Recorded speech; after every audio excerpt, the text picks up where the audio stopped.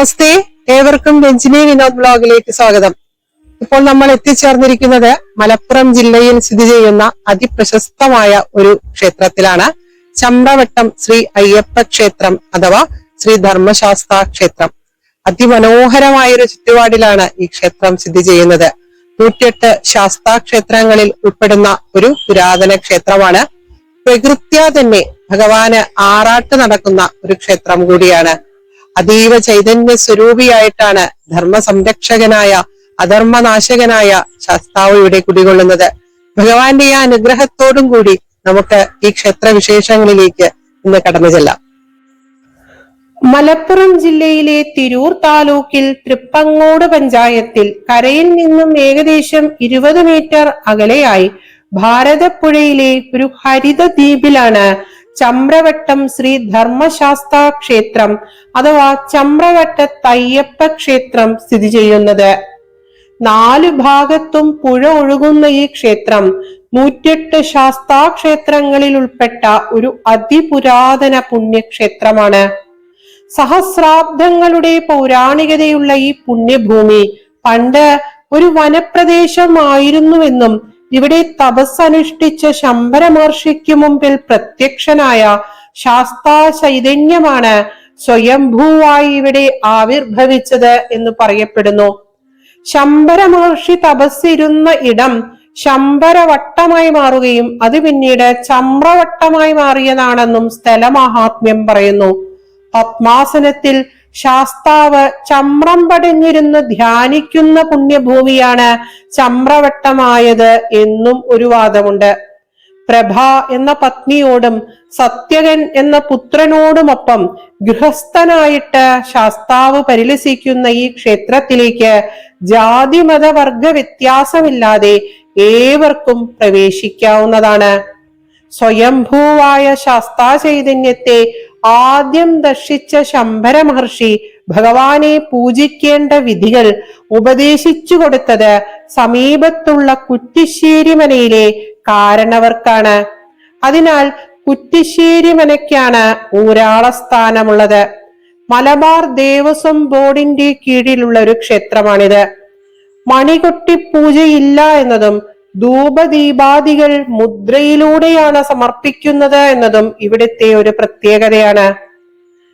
2013 ഇവിടെ അഗ്നിബാധ ഉണ്ടായതിനു ശേഷം ക്ഷേത്ര പുനർനിർമ്മാണം പൂർത്തിയാകുന്നത് 2019 അതിനാൽ ക്ഷേത്ര കാഴ്ചകൾ എല്ലാം തന്നെ നൂതനമാണ്. ദൂരെ നിന്ന് തന്നെ ശ്രീകോവിലിലെ ആ തിരുനാളം കാണാൻ സാധിക്കുന്നു. പുഴയിലിറങ്ങി പാദങ്ങൾ നനച്ച് പടവുകൾ കയറിയാൽ ഭഗവാന്റെ തിരുമുമ്പിൽ എത്തിച്ചേരുന്നു.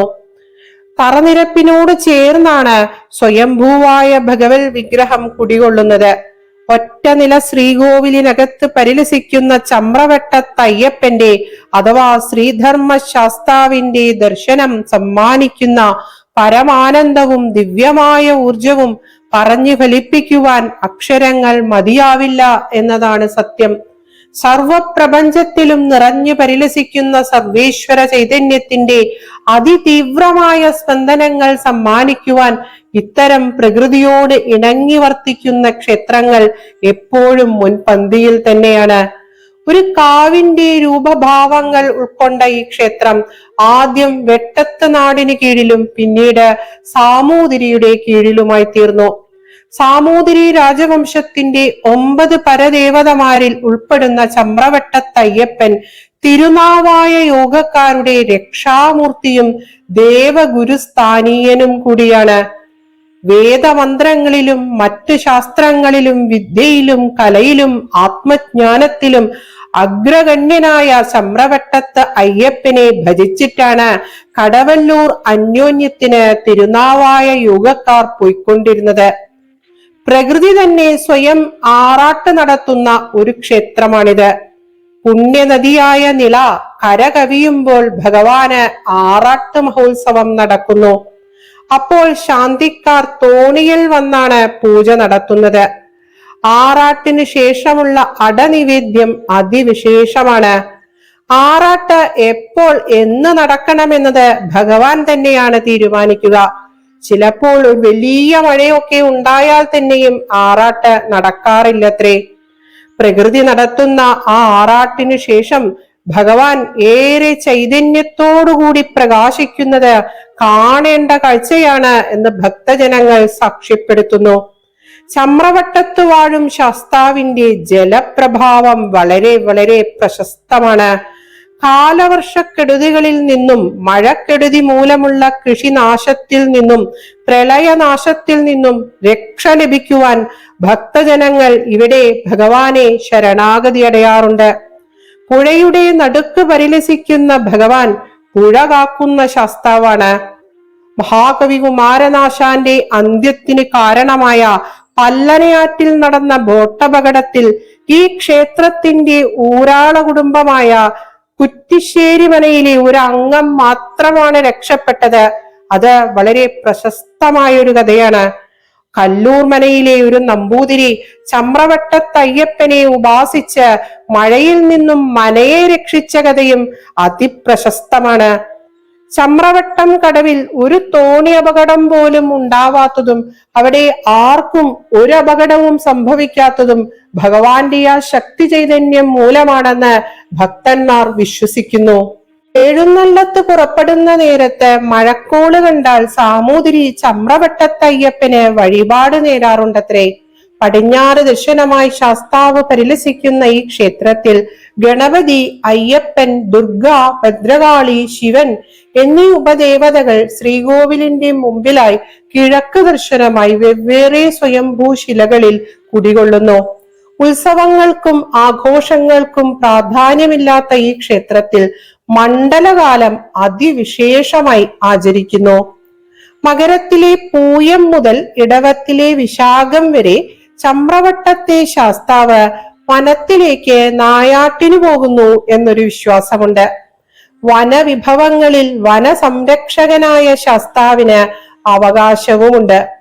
പണ്ട് മഹാജ്ഞാനിയായ ഒരു ബ്രാഹ്മണൻ ഒരു രാത്രികാലത്ത് ഈ ക്ഷേത്രത്തിലിരുന്ന് ജപിച്ചുകൊണ്ടിരിക്കുമ്പോൾ ശാസ്താവും പരിവാരങ്ങളും നായാട്ട് കഴിഞ്ഞ് മടങ്ങി വരുന്ന അത്ഭുത ദൃശ്യം കാണുവാൻ ഇടയായിത്രേ. അതിനുശേഷം നായാട്ടിന് പോകുന്നതിന് മുമ്പ് ഭഗവാനും പരിവാരങ്ങൾക്കും ഭക്ഷിക്കുവാനായി അരി വറുത്തുപൊടിച്ച് അത്താഴപൂജയ്ക്ക് മുമ്പ് വേദിക്കുവാൻ തുടങ്ങി. തരിപ്പണം എന്നാണ് ഈ നായാട്ടുനേദ്യം അറിയപ്പെടുന്നത്. പുഴയെ പാദസ്പർശത്താൽ ധന്യയാക്കിക്കൊണ്ടാണ് ഭഗവാൻ ഇവിടെ കുടികൊള്ളുന്നത്.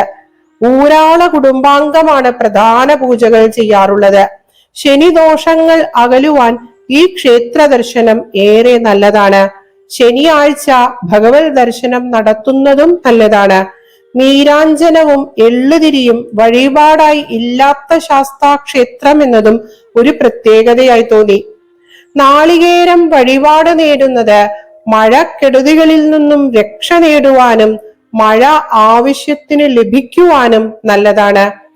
ചർമ്മരോഗമോചനത്തിന് നെരിപ്പട, കുടുംബദോഷ പരിഹാരത്തിന് ചതുശതം, ശനിദോഷത്തിന് ശനീശ്വര മന്ത്ര പുഷ്പാഞ്ജലി, കാര്യസാധ്യത്തിന് ഒറ്റ, ശാസ്താവിന്റെ സർവാനുഗ്രഹത്തിന് ശാസ്ത്ര സൂക്ത പുഷ്പാഞ്ജലി, ത്രികാല പൂജ, ചുറ്റുവിളക്ക്, നെയ്വിളക്ക്, കൂട്ടുപായസം എന്നിങ്ങനെ ഒത്തിരി വഴിപാടുകൾ ഇവിടെയുണ്ട്. ധനു 1 മുതൽ 11 ദിവസത്തെ ചുറ്റുവിളക്ക് വിശേഷമാണ്. മഴയിലും വേനലിലും ത്രികാലങ്ങളിലും പ്രളയത്തിലും പുഴയെ ശാസ്താവ് സംരക്ഷിക്കുന്നു എന്നാണ് വിശ്വാസം. പുഴയിൽ വീണ ഉരുക്കളെയും തോണിക്കാരെയും ശാസ്താവ് പൊക്കിയെടുത്ത് സംരക്ഷിച്ച അനവധി കഥകൾ പ്രചാരത്തിലുമുണ്ട്. മകരത്തിലെ അനിഴം പ്രതിഷ്ഠാ ദിനമാണ്. തൃപ്പൂണിത്തറയ്ക്കടുത്തുള്ള താമരംകുളങ്ങര ശ്രീ ധർമ്മശാസ്താ ക്ഷേത്രത്തിൽ കുടികൊള്ളുന്നത് ചമ്രവട്ടത്ത് ശാസ്താവ് തന്നെയാണ് എന്നൊരു വിശ്വാസമുണ്ട്. ഭഗവാൻ ഇവിടെ നിന്ന് അങ്ങോട്ട് എത്തിച്ചേർന്ന കഥ ഭക്തി സാന്ദ്രവുമാണ്. ഉദ്ദണ്ഡ ശാസ്ത്രികളുടെ കോകില സന്ദേശത്തിൽ പരാമർശങ്ങളുള്ള ഒരു പുരാതന ക്ഷേത്രമാണിത്. പണ്ട് ഇവിടെ ഒരു ജൈന ക്ഷേത്രം ഉണ്ടായിരുന്നു എന്നൊരു വാദമുണ്ട്. പണ്ടുകാലത്ത് ഈ ദേശവാസികൾ ഇവിടെ വന്ന് ഭഗവാനോട് കടം ചോദിക്കാറുണ്ടത്രേ. അത്രമാത്രം ഈ ദേശം ഈ ക്ഷേത്രവുമായി ബന്ധപ്പെട്ടിരിക്കുന്നു. ജാതി മതവർഗ വ്യത്യാസമില്ലാതെ ഈ ദേശം മുഴുവനും ചമ്രവട്ടത്തയ്യപ്പന് വഴിപാടുകൾ നേരാറുമുണ്ട്. ഒരിക്കൽ ഇവിടെ ക്ഷേത്രത്തിൽ ജോലികൾ ചെയ്തിരുന്ന കുറച്ച് വിശന്നു വലഞ്ഞ ആശാരിമാർ ഭക്ഷണത്തിനായി ശാസ്താവിനോട് പ്രാർത്ഥിച്ചപ്പോൾ ഒരു ഭീമൻ കാവുത്ത് ഇവിടെ പ്രത്യക്ഷമായ കഥയൊക്കെ പ്രശസ്തവുമാണ്. ചമ്രവട്ടം വാഴും ശാസ്താവിന്റെ അത്ഭുത ലീലകൾ എത്ര പറഞ്ഞാലും അവസാനിക്കുന്നില്ല.